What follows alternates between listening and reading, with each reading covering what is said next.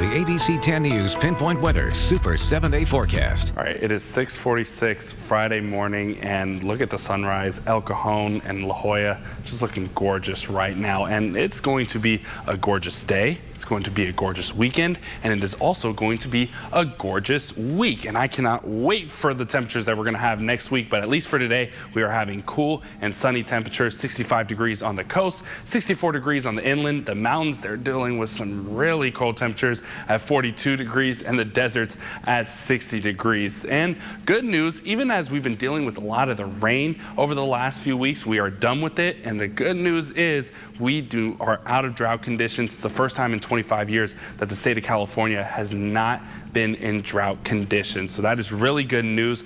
But at the same time, with high winds that are on the way, we have a wind advisory that goes into effect starting at 8 o'clock today, and it's running through the weekend. Sunday afternoon, you're going to have to be worried about some downed trees or trees falling over easier because of these Santa Ana winds. And to really show you how those winds are going to shape up, you can see the mountain areas. That's really where we're going to be looking at it. 54 miles per hour in Alpine. The coast, not too bad. You can see La Jolla at 24 miles per hour by tonight. And as we move into Saturday, we're going to be sticking around those 20, 30, 40 mile per hour winds, even 50s as well. And as we move into the weekend, won't be too bad. And taking a look at our Super 7-Day, the warming trend that's on the way, 72 degrees by Sunday. And as we get into mid next week, we'll be in the mid 70s, both on the coast and in the inland areas. We'll move into 77, even 80 degrees on Wednesday for the inland areas. The mountains, they're going to be getting out of those 40s by Sunday and then back into the 60s on Tuesday.